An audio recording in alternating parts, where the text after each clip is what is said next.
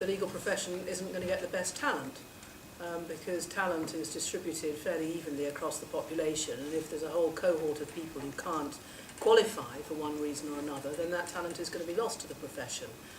I think the second thing is there's going to be a loss of legitimacy, as was mentioned, mentioned earlier. It's really important that we have a profession and a judiciary that reflects the population, so that people feel that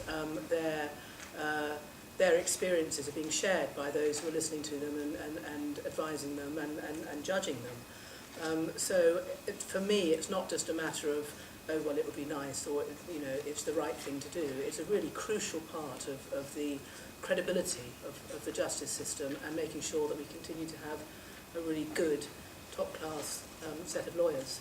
There is a fairness argument as well, that the family you're born into shouldn't determine the kind of career that you are able to have. But for the wider country as a whole, we are accessing at the moment a very narrow pool of talent, and unless you believe that we're getting all the talent there is, we're missing out on an awful lot, which would add individually to the firm's bottom lines, because they'd be more competitive, but also to Britain PLC as well. If we can access more of our talent, there's a strong case that it will make our economy stronger. And there's been some research on this, that you know, if we could break the link between background and achievement, you could add something like 4% to GDP. You know, if we've got a lack of social mobility now, how much worse is it going to get in the future? I think it's a very serious time bomb, really. I think we shouldn't underestimate the importance of public perception.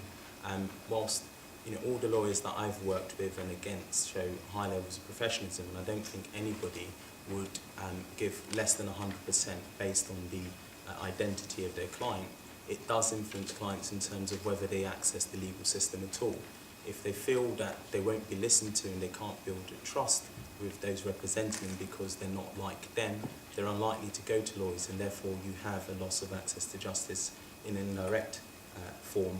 But also, I think if you're applying for jobs in law, a lot of people, as I did, will look at profiles, will see the kind of firms and see, you know, do they promote equality and diversity? And if they don't, you're unlikely to see that as a career that you want to step into. I've met lawyers from all over the world, and I'm a legal aid lawyer, you know, I'm not an international lawyer at all, and I have been startled by the esteem with which our profession, our justice system and our judiciary are held around the world.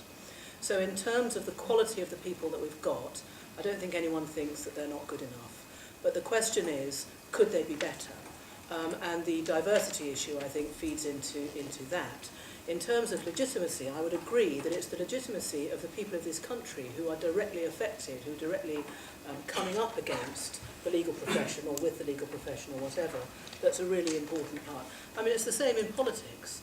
You know, we should have politicians, we should have a House of Commons that reflects the population as best we possibly can, because that, you know, this is a democratic society, and therefore we need a full representation. So I think that people's perceptions of lack of legitimacy are actually just as important as whether the people are doing a good job or not. The lawyers and the judges are doing a good job.